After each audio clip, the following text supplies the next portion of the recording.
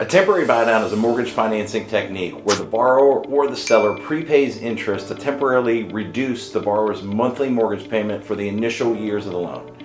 It's often used to make a mortgage more affordable during its early stages. Here's a more brief, detailed breakdown. Here's how it works. The concept of a temporary buydown is similar to permanently buying down the rate.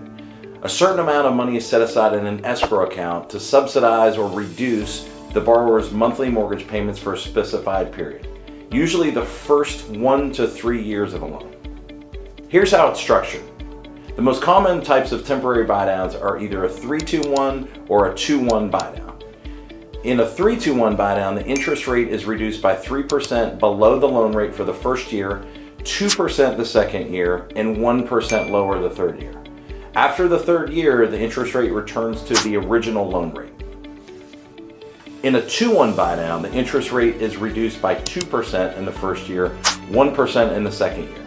From the third year onward, the interest rate reverts to the original loan rate. This loan program can have huge benefits. For the borrower, a temporary buydown can be especially beneficial for borrowers who expect their income to increase in the next couple years, or they want a lower payment than the current market rates are at, which allows them to have lower payments during the first few years of the loan. For sellers can offer a temporary buydown as an incentive for the buyers, making the property more attractive to sell by effectively lowering the initial mortgage payments for the potential buyer. The cost of a temporary buydown is typically paid up front at the time of closing. It's typically covered by the seller or builder, and the cost is essentially prepaid interest, and it's used to lower the effective interest rate during the buydown period.